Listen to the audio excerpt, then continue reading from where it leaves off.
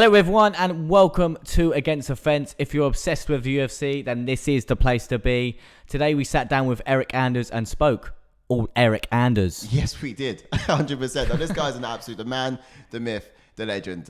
We touched on things from his past, so how he had an NFL background, how he was undefeated when he stepped into the octagon, and sort of how those experiences impact his abilities in the cage as well.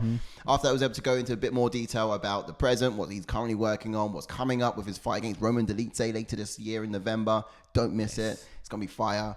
And, sort of things that he's training on too. We've got all that content for you guys to come, so do enjoy it. Check it out.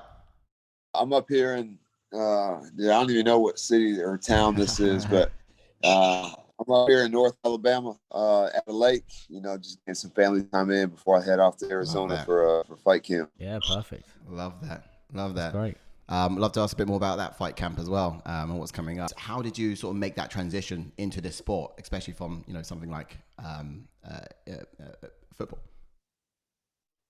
I got done playing football. I started doing the 9-to-5 thing, and just I found myself being bored and frustrated. I realized the corporate world and working was not suited for my personality and what I was wanting to do. And so I just wanted to blow off some steam, walked into a gym, sparred, and did some jiu-jitsu, and man, just fell in love with it right then and there. And I knew as soon as I had that first sparring session that this is what I was going to want to do. Yeah, nice. So it just sort of clicked and penny dropped sort of moment.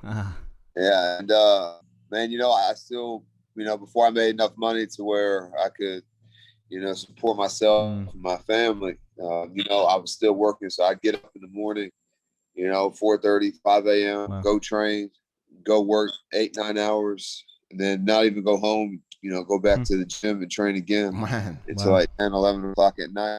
Commitment, man. So you fully hit this like 150%, because what most fighters would tend to have to do is, work alongside their fighting career, but sort of see where their fighting career takes them before they go 150%. But from the get-go, you threw it all in. Man, I just knew it's what I wanted to do. And I love that. Just kind of felt the passion for it, and was going to do everything that I had to do so I could do what I wanted to do. So I guess having that sort of athletic background then, has that given you many advantages in the octagon as well, would you say? I think just, having competed at a high level, in pressure situations, home field advantage, away field advantage. I fought in Brazil and Canada, fought in hostile environments. I think that kind of prepared me, playing football at, like at LSU, it's a super hostile environment. So you go fight, compete. Dude, I've heard people boo me. I've heard, people cuss at me and stuff like that. So it's not quite as nerve-wracking as it is the first time that happens to you. So what would you say is your most difficult fight to date? Because you've fought the likes of Leo Batista and Thiago Santos. So what do you think is your most difficult fight so far? I don't know, like most difficult, because each fight presents it's true, like a different like puzzle to solve. But man, I think my worst fight was against Khalil Roundtree. It's just a complete aberration. And so I would probably say that that would probably be my most difficult fight. In your last fight, of course, you was up against Darren Stewart, and you've gone for that twice. And I'm sure you've commented on quite a lot about that fight. The first one being a no-contest, and of course that second one as well. But just quite interestingly enough, you had a certain strategy in the first fight, it seemed.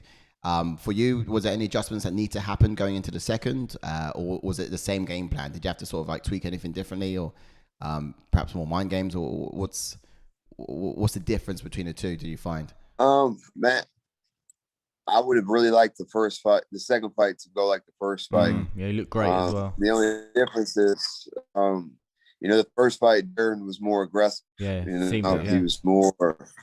So in the second fight, I kind of got lulled to sleep waiting for him to go so that I could counter him. It was kind of anticlimactic, that fight. And I don't know if it was like, he felt my power in the first fight, or he, the not cutting weight or whatever, how prepared he was. He felt so much better. I felt at 85, I thought he felt stronger. I thought he felt faster. He wasn't hesitant. So I don't know how much like the actual like rematch took into account for that, or the weight cut or what it was. But I always thought at 85 and too small to fight at 205. Yeah, definitely. You touching on 185 there as well. What weight class would you say you're more comfortable at? Because you're jumping between middleweight and light heavyweight at the moment. What weight class would you say you're more comfortable with? Man, I much more prefer middleweight. Yeah, you've had more success in middleweight, right? Yeah. I think I may be like 2-2 at light heavyweight or something like that. Yeah. But I just feel more like dialed in mentally and physically at middleweight. Yeah, because your next fight is a middleweight, right? Yep. Yeah. Yeah. Nice. Because I guess what we also saw, you managed to catch a fight last weekend. So weekend, but last weekend. That's correct. So it was Marc-Andre Barriault. He called you out in his last week, and what would you make of this guy in his first for your blood? Have you seen much of him fighting? Is it sort of landed on your has it gotten your attention yet? That's if you heard of it. Did you hear this guy call you out? Yeah, man. That guy's been calling me out since before he was even in the UFC. Oh wow, okay. And now I think that I didn't hear what he said recently. He kind of changed his tune a little bit. He used to be kind of disrespectful. Now he's like, with all due respect or whatever. But how respectful can a person be when they call you out to fight? He's not calling me out because he thinks it would be a good fight. He's calling me out because he thinks he could whip my ass. So to be fair, you look great. You look great in your last fight against Darren Stewart. Shape. But with Mark, I think he's like 2-3 or 2-4 in the UFC. He tested positive for PED. So one, I'm not really interested in fighting anybody who's done that. And two, like that doesn't do anything for me. It doesn't do anything. That doesn't progress my career. That doesn't put me in the top 15. Like, that's true. Yeah, it's all risk, no reward for me. So what good is that going to do for me? Yeah, I get that. You got to sort of take the fights that make absolute sense for you. Yeah, exactly. Yeah, you want to move forward. Don't you? And you're pretty comfortable as it is anyway, aren't you? Yeah, and at the same token, if the UFC says, "Hey, that's the fight that we want," then that's the fight we make. But I'm not asking for that fight. I'm asking for top 15 guys. I'm asking for guys on win streaks. I'm asking for guys that are gonna elevate my career. That's it. At the beginning of the year, you changed camps. How has that affected your performance in the cage lately? I'm essentially 2-0. Yeah. And fight ready. They kind of tailored the camp for me. It's all about me. Yeah, exactly. And I get away from the wife and kids and kind of get in the zone a little bit. So that's all I do is eat, sleep, and train. That's it. That's it. Yeah, it's a good point actually, because in your last fight against, sort of preparing for Darren Stewart, the first time, of course, the second time, again, as you said, you did look like you was in your best shape, but you was back-to-back camps, right? About 6 months away from the family, 6 months away, sort of training. Must have been quite difficult, quite tough. But what's camp looking like for you now, going ahead of your upcoming fight in November? I take it it's not something you started yet, but what's it going to be looking like for you? Yeah, I think I head out next week to go out there, and then I'll be training all day, and it's just man, it's different. I'm not trying to take kids to football practice or soccer practice or whatever, doing homework and stuff. I'm all I do is think about is fighting my opponent and training and resting and recovering. And I think from a mental aspect, it's the best possible scenario to be in when you're getting ready for a fight. Yeah, definitely. I agree. Your next fight is against Roman Dolidze, who is an elite grappler. What do you think you're going to be working on in your camp once you get started? Obviously, like leg lock stuff. I know he's a leg lock guy. I've trained with him before, rolled with him before, so he really likes attacking the feet and the legs. So I'll be working on my leg lock defense and things like that. Love it. Yeah. Yeah, the best offense can sometimes be a really strong defense, and vice versa. Actually, I think that's how it goes particularly.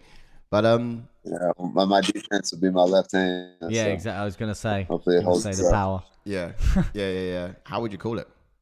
How do you reckon it's gonna go in terms of what round and what way? Man, I know you don't like decisions. I know you don't like going to decisions. So sometimes I don't like going to decisions. I don't get paid by the hour, so man, I can go in there and hit him with that Anderson Silva, Tito Ortiz. That'd be great. Man. Get out there in a minute and a half. But he's a tough dude, man. He can absorb some punishment and damage as well, and he'll keep coming. So yeah, if it went to a decision, it wouldn't be a surprise. But I'm looking to get him up out of there. Yeah, 100%. And with that, Eryk Anders' power. Get your thoughts on the next pay-per-view. So UFC 266, Brian Ortega versus Volkanovski. Who do you see winning that fight? I'm going with the American. I think that Ortega. Yeah, Ortega. He's very surprising with his striking. Yeah, he's improved so much. But, he's out here. Yeah, he's out here hitting the Korean Zombie with spinning elbows, and he looked really impressive in his last few fights. So that's true. And he's got that submission game, and Volkanovski likes to wrestle, so I imagine he puts that head down on a double leg. Get the guillotine in. Ortega snatches up his neck. Yeah, exactly. Yeah, that's true. Have you Have you watched much of the Tough stuff? The Ultimate Fighter. Kept up with that series at all? Not too much. Yeah, I mean Ash done. So Ash has done like a really good breakdown of the Tough series on the channel as well. But I've not really watched too much of either. But watching your stuff, I was able to keep up to date with how it's going. And Ortega seemed to be a domineering force, especially towards the front end of that season, just unstoppable. Yeah. So getting his team, team going. Maybe we could see the same sort of narrative in the fight. So that could be cool. Is that the only fight you're excited to see on that card? So we got Shevchenko. Oh no, dude. We got Diaz. Yeah. What's your predictions for Nick Diaz versus Robbie Lawler? Yeah. Dude, I don't know. 5 years is a long time to be out of the game, but it's not like Robbie Lawler's been super active either. That's true. So. That's true. I don't know. It's hard to watch one fight and then think the second fight 20 years later or whatever is going to be the same. Yeah. But I think Nick Diaz is just, people just tired of beating him up. I think he's a little bit better than Nick Diaz in that regard. So I think that Nick will go out there and get it. Yeah. That's what most people think, to be fair. He obviously, he's going to have the cardio advantage, obviously, being the athlete that he is. I see. I don't know what to do. I don't know. It's so hard to call on that one, but I have to get a decision soon enough. But I can't say right now. It's so hard to call. Is there any other fight on that card, the UFC 266, you're excited to see? Or those two would be outside of Nick Diaz. I can't remember who the co-main is. That's Shevchenko. Shevchenko. Yeah, Lauren Murphy. That's only going to go one way, isn't it? Yeah, I think that. That's only going to go one way. Yeah, that's probably pretty easy fight to pick right there, I think. Yeah, the last thing was that game, really. I'd act out some styles of certain fighters, and you got to guess who the fighters are. All right, let's go. Yeah, you up for that? All right. I'm just going to let me know when you can see quite clearly. Are these current fighters or from any era? From our era, yeah. You love a little game. All right. So, first one.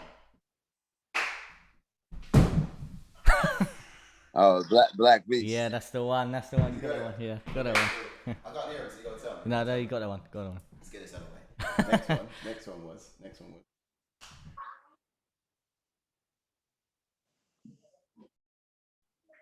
Kamaru Usman. Yeah, nice. Yeah, good. That's good, man. It's good. I didn't think no one would get that one. All right, next one was the next one? It was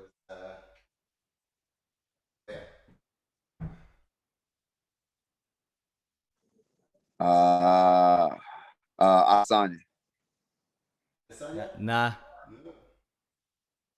To be fair, there's two people that do that. Really, but it's a tricky one. Yeah. We'll circle back to it. We'll do one more. Who's this one? Do the one. Do one more.